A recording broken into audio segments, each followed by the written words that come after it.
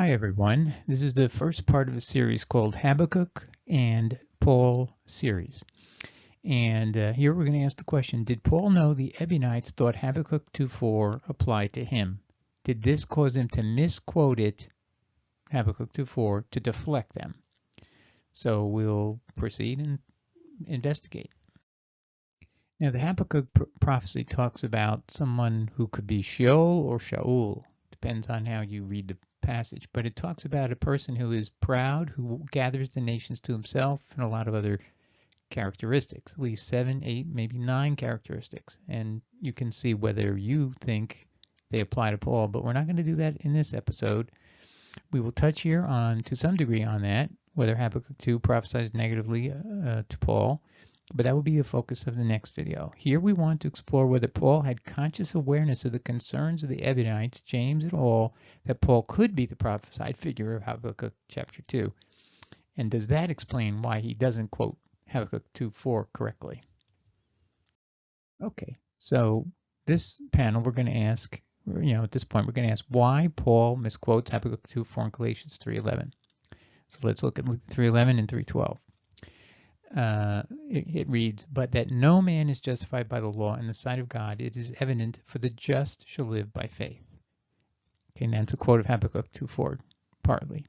And the law is not of faith, but the man that does them shall live in them. Galatians 3:11 to 12. Scholars point out that the way he's quoted it, they look contradictory to each other, and his solution is one trumps the other. We'll see. Okay, so here's the same screen we had before, but I'm showing you now the prophets from the original covenant. So the just shall live by faith is a partial quote of Habakkuk 2:4, and the statement, the man that does them shall live in them, is from Leviticus 18:5.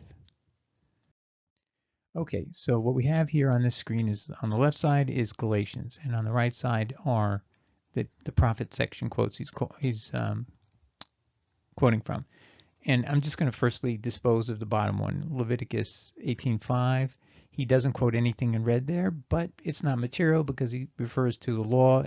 He says, and the law is not of faith, the man that does them, presumably law, and on, like statutes and judgments. And on the right, he says statutes and judgments effectively by using the word law on the left. So not material, but he left out a lot. But what he leaves out on the Habakkuk 2:4 above, everything I've highlighted in bold, those are very material because the reader is being misled deliberately from not knowing what this verse is actually about. It's not your faith. So in context, let's read it. Behold, his soul, which is lifted up, is not upright in him. Now, if you read if you read Habakkuk 2:4, it's a prophecy about a future person coming who is proud, puffed up, an evil person who, however, has belief and fidelity that God says, if you believe certain things that he's saying, and you have the same zeal that he does to those principles, those things, you will live. You will have eternal life. So there's something about this person that you could follow and should follow, but otherwise he is very evil and to be avoided. Okay, so it's hard to really imagine that Paul didn't read this and know this is pointing at himself. I have to say. I mean, and why would he cite something that's pointing at him? And you say, well, maybe he didn't even notice this. Well, yes, he does. He has to remove the his to make you think it's about yourself. Because look back on the left, the just shall live by faith. Who does he want you to think it's about? It's about you. He's reading it on the right, both in the Septuagint and in the Hebrew. It's the same thing. It's this evil person's faith. He has something right that he believes in, but he is evil and to be avoided and actually a horrible end-time figure. Okay, so it is material to not give you the true meaning of the words on the page. And if it had said his, you might wonder, well, his faith, did it mean my faith or does it mean some third person's faith? Well, in context, it's a prophecy. And wait till you see what that prophecy is in context. We're going to see the big context. So this was a material misquote. Either he just inadvertently stumbled over a verse that's all about him and didn't think it was about him, just ignored it, but he can't. It has, I'll show you later what the Septuagint is, but there's no way he can't know this is pointing at him. Why would he use it? Because I'll show you by the end, the Ebionites, the early church, had already brought this up and already were pursuing, investigating this line of argument. And so he's trying to actually quash what they're doing, change the verse, try to get people brainwashed that there is no his there, that this is all about his same doctrine that he's trying to get the church to accept. And if he can actually brainwash people to think that this verse doesn't have the his there, it will be the only way he can deflect the verse. Because otherwise, when you hear the full passage, you'll go, well, this fits Paul to a T, to the letter. Okay, so just want to point out again that this, in verse 4 on the right, the word his soul connects to his faith. And that's what he didn't want anyone to see. So he hid it and deleted it. Now you might be curious. People say, well, maybe he's quoting from the Septuagint. So I got out the Septuagint, so there's no chance that anybody could come up and say that's what's going on.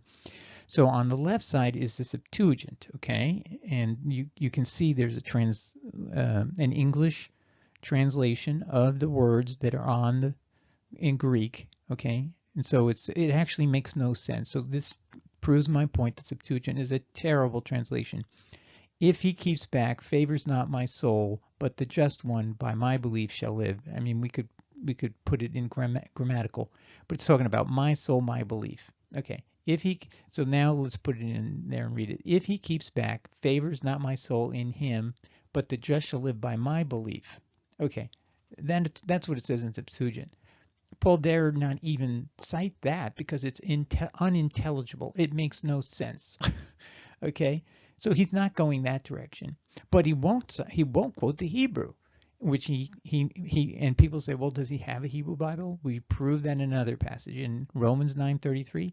He quotes the Hebrew of Isaiah 8:14, where it talks about a stumbling block and a rock of offense.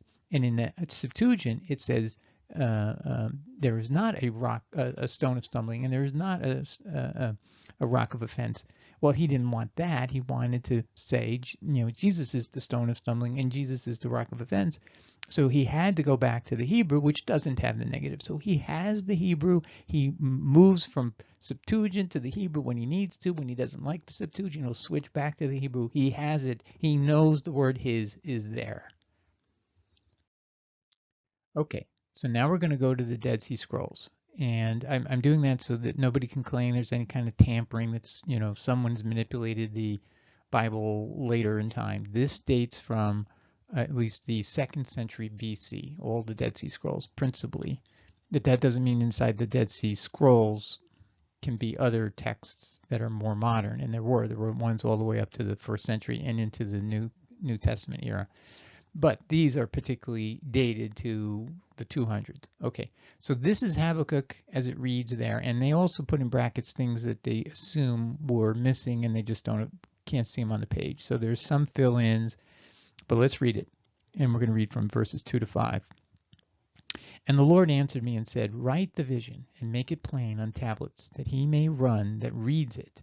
For the vision is yet for the appointed time, and it hastens towards the end and shall not fail. Though it tarries, wait for it, because it will surely come, it will not delay. Behold, the proud one, his soul is not right within him, but the righteous shall live by his faith, or faithfulness. Yea, moreover, wine betrays a haughty man. It doesn't say he's drunk, by the way. It just says it will betray him. A haughty man, so that he does not stay at home. This guy travels a lot. He enlarges his desire as Sheol, and actually in Hebrew it would have been the same letters that you would spell Paul's Hebrew name, Shaul. And he is as death. He cannot be satisfied, but gathers to himself all nations and collects to himself all peoples. And this is just some of the similarities to Paul, ladies and gentlemen. We're going to go all the way to verse 11 in the next episode, and you'll be shocked when you go through all 11 verses. God just keeps going after him and after him and after him. So you'll find this amazing. God is great. God is wonderful. Yahweh is beautiful. He's so helpful to us. Okay, so I just want to make a couple of comments. I marked this up a little bit. So this is a prophecy about a appointed time in the future, vision, and wait for it. It will happen. God is guaranteeing this. God, Yahweh, is determined to make to disclose to us this is going to happen. So wait for it. Look for it. Be on the alert. He may run means you can flee. When you have this in your mind and you see who this is, you want to flee from him. You may run away from this person. And now look at all the arrows of the his. Okay? So one of those his is from verse 4. That's the one that Paul deletes. It's not in the Septuagint and it's not in the Hebrew. I mean, it's in the Hebrew. He just simply removed any reference to what's in the Septuagint or in Hebrew. Okay? So he's changed the verse. Why? Because if you read it in context, it's pointing at this person whose soul is not right with him. He's a haughty man. He enlarges his soul as Sheol or Shul. Okay, that could be Soul or Sheol, the place of the dead. He's not satisfied but gathers to himself. Him, again, that's the fourth use of the word him in this sentence, all nations. And he hid that from the reader of the passage to the Galatians. All right, so now I'm going to discuss with you why I think Paul does not quote from Habakkuk 2:4-2, verse 4, subpart B. So he doesn't quote that he does not quote it correctly in either the Hebrew or the Greek. So you cannot make an excuse for him. He's deliberately done this, and he has both Greek and he has both Hebrew. So he's deliberately made a decision not to disclose to people. And it just brings to my mind Jesus' warning and help to us. Behold, I send you forth as sheep in the midst of wolves. Be ye therefore as wise as serpent and harmless as doves. Yes, we're in the midst of wolves. And he goes on to say, and they are wearing sheep's clothing. That is, they pretend to be truly followers of Jesus Christ, the true Jesus Christ. So why does Paul not quote Habakkuk 2:4 correctly? Well, one reason could be it's simply a debate tactic. He distorts the evidence against you. If you're trying to debate with him, he says, well, you're citing to me Leviticus 18:5 that the just will live by they will live by following the law, but there's another passage that says you'll live by your faith. See? So I proved you wrong. That's what he's saying. So, it's a contradiction. How do you deal with it? That's what he's leaving as his argument to the people who are trying to argue with him. So it could have just been simply a debate tactic, but that still doesn't explain why the his is missing. Not really.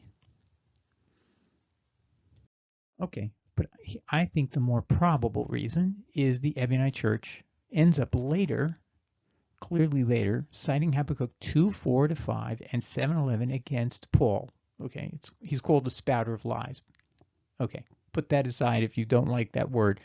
But they're talking unquestionably about Paul, that he is the prophesied figure if you quote all of Habakkuk 2:4. Okay, so they've already they're probably already suspecting he fits this pattern, and we'll see why. Okay, so this is a slide where we're going to discuss, the Ebionites at some point in time made a connection between Paul and Habakkuk chapter 2, verses 4 and 5, and 7 and 11. So here's a summary. The Christian Ebionites made a similar connection regarding Habakkuk 2:4-5 in the first century. Their writings were found among the Dead Sea Scrolls in 1 QP HAB, known as the Habakkuk Pesher. The poor, the Ebion, or Ebionites, claim Habakkuk 2:4-5 refers to the wicked priest who was called by the name of truth at the beginning of his office. So they're acknowledging he was called, but he became arrogant and abandoned God. Okay, the scroll goes on saying Habakkuk 2 verses 7-11 concerns the wicked priest who attempted to destroy the teacher of righteousness. God will deliver him into the hands of his enemies for punishment. The translators took a little license there because the word is Zadik, according to Eisenman, and that just means the righteous one. And they figured that, well, that must be a teacher of righteousness, so they kind of expanded it into more than, well, just put it this way. It probably is James, because he was known as the just one, James the just. Jerome revealed that in the 400s. So that's likely who that is. It could be Jesus. I thought so initially when they said teacher of righteousness. Wouldn't that be Jesus? But then when you learn what these Dead Sea Scroll translators did, you realize they were taking a little liberty there. But anyway, it's unclear who it is, but it's probably James. Okay, so the Ebionite criticism of this figure continues. So they refer to him as the spouter of lies in another section. The spouter of lies leads many astray in order to build his city of vanity on blood and erect an assembly. So he's trying to create churches upon lying for the sake of his glory, tiring out many with a worthless service and instructing them in works of lying so that their works will be of emptiness. Now there's a second work that is called the Damascus document. Now it was found in the Dead Sea, but it had been found of almost a century earlier in the mid-1800s, and the scholars at that time had concluded it was a Christian sect who had written this Damascus document. But because it was found in Damascus, they thought it was from Damascus, meaning they thought the sect was from Damascus, so it became the Damascus document, and the group was thought to be a Syrian group of Christians. But then it's found in the Dead Sea Scrolls near Israel, so it's obviously not the same. It's not located only in Syria. It's just this document had circulated all the way to Syria. And this also has very uncanny references to the discussions that Paul has in his own epistles. So let's read this. There's this faith works discussion of the Habakkuk Pesher. So we kind of saw that already. Continues in a work by the poor entitled the Damascus document. It says the contrary view on works justification is held by the spouter of lies who resists the Zadik, and that means just one. The spouter of lies seeks to have the, quote, congregation in the new covenant depart from the law. I mean, when you read that in your own, you read the Damascus document, you see that and you go, oh my goodness, this is uncanny, isn't it? A heated public confrontation occurs between the Zadik and the spouter of lies. You can find this Damascus document in any of the many compendiums of the DSS to verify this yourself. Professor Eisenman concluded that this Damascus document is too uncanny a reference to Paul and James to claim it reflects a pre-Christian debate. Now, some people think, oh, well, the Dead Sea Scrolls are Essenes and they're basically not have anything to do with the current era. Well, this is complete misinformation. The Dead Sea Scrolls were kept from us for a very long time, and it's Professor Eisenman who dislodged them from these people who were giving theories what they were. And finally, when he got a hold of them, he could realize that they were trying to create a narrative before it could be released, because you can see the Catholic Church could read these things just like anybody else, and they had representatives holding it back, and then finally it was dislodged by Professor Eisenman. All right, so here we go.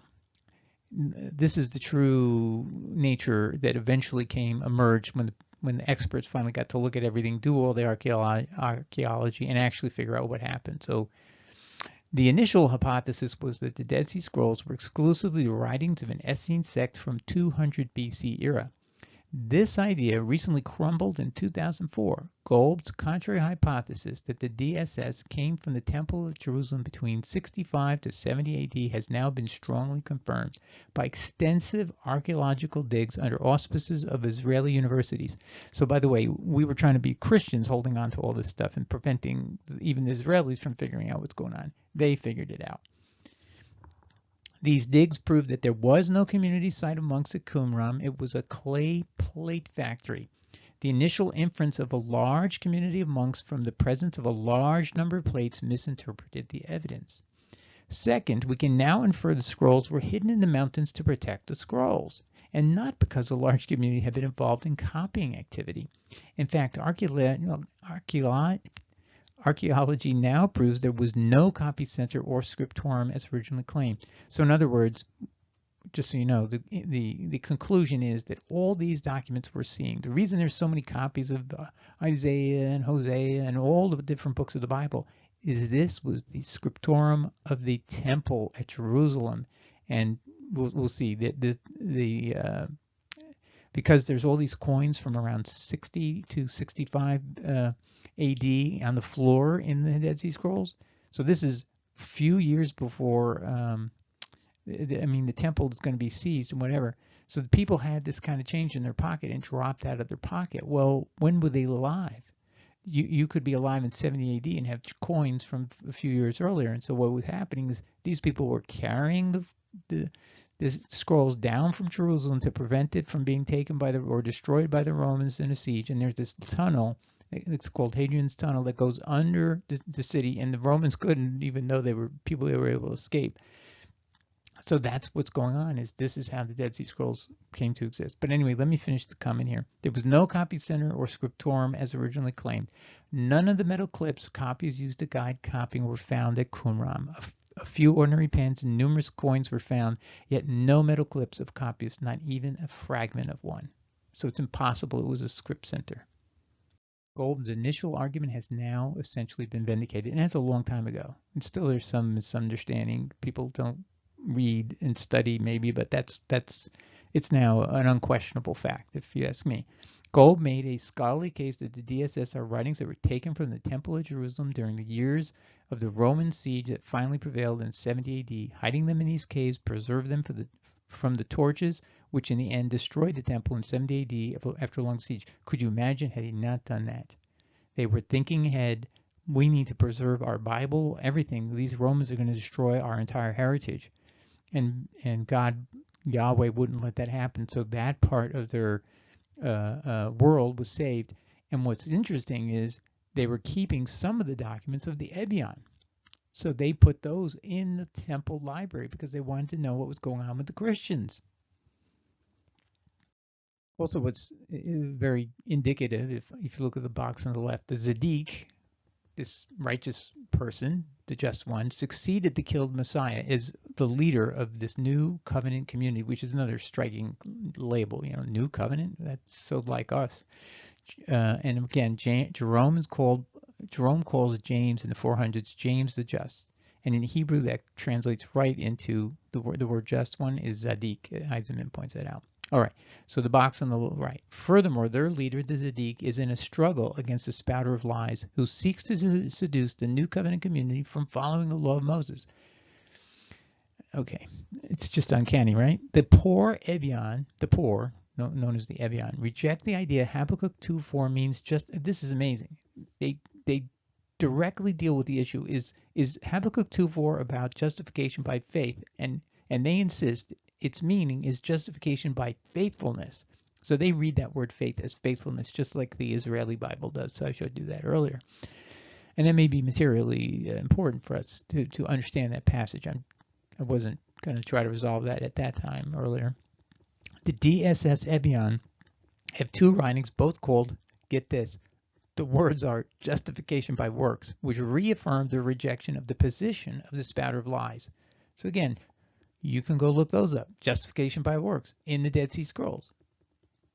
It's uncanny. Professor Eidzeman is right. You cannot say this is not about James, the Zadok, spouter of lies. Their confrontation is with Paul. Okay, so to end this, I just want to present quickly what does Leviticus 18:5 mean. So it definitely was what some scholars say is the reason Paul cites this. He wants to show what the other people are citing. They're citing Leviticus 18:5 is a verse about salvation by living by obeying the law, just like Jesus taught in Matthew 19 when he was asked how to have eternal life. He says, obey the commandments. It's not hard. I mean, it's easy to understand what he's saying unless you overcomplicate and overexplain it.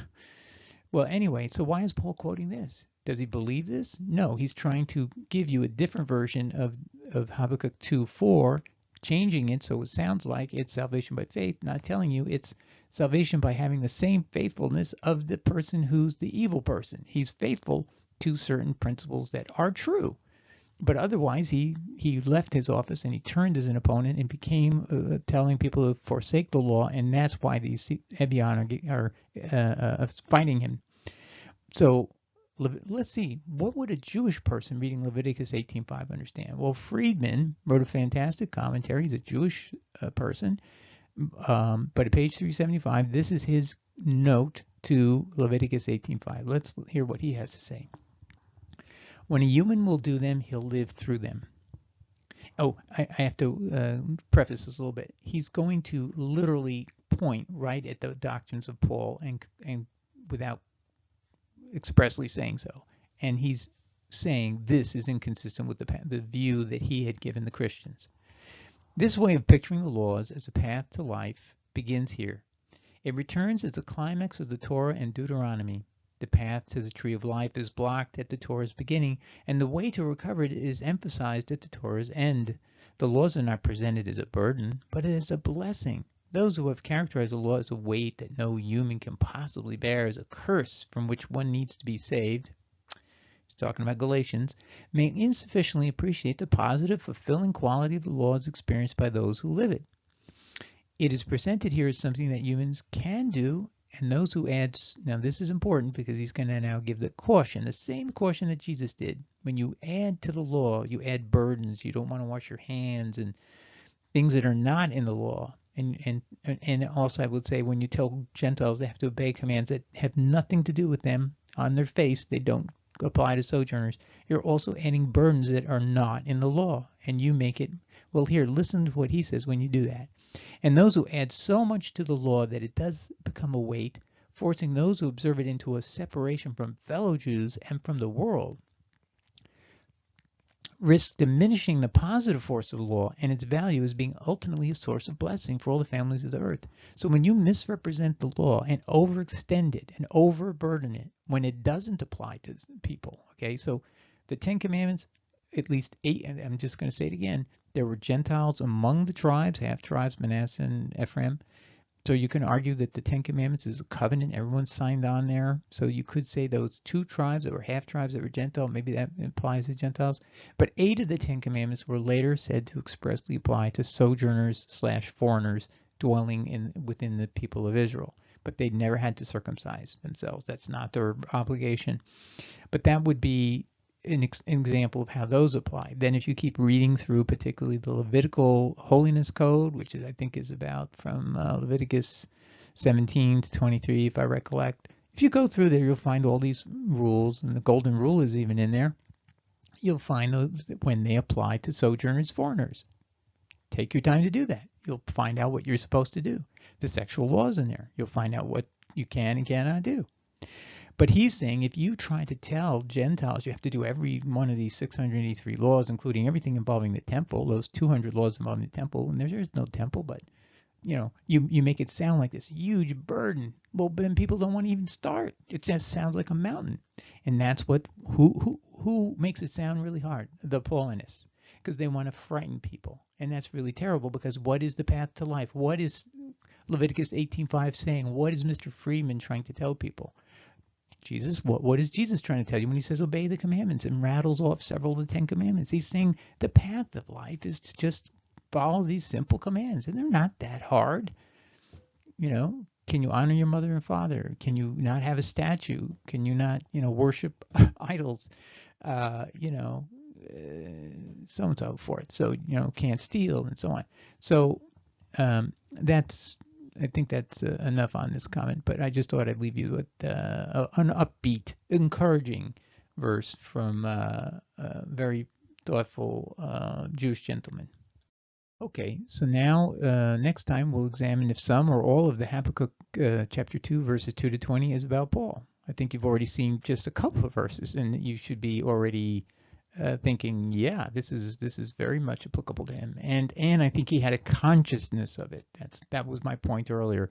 So either he was trying to not letting anyone read it and think about who that could be, or he already knew that people were suspicious and he wanted to actually start retranslating it, and maybe people would think it doesn't have the word his and it isn't a prophecy. Or they won't go and read it and see that it's about this person who matches him. for whatever his reason, he just distorted the verse so it would not come back on him. I think that was very much it. Or otherwise, he just made a mistake, a typo. But I don't think so. Okay, well, God bless. I hope that helped everybody. Ciao.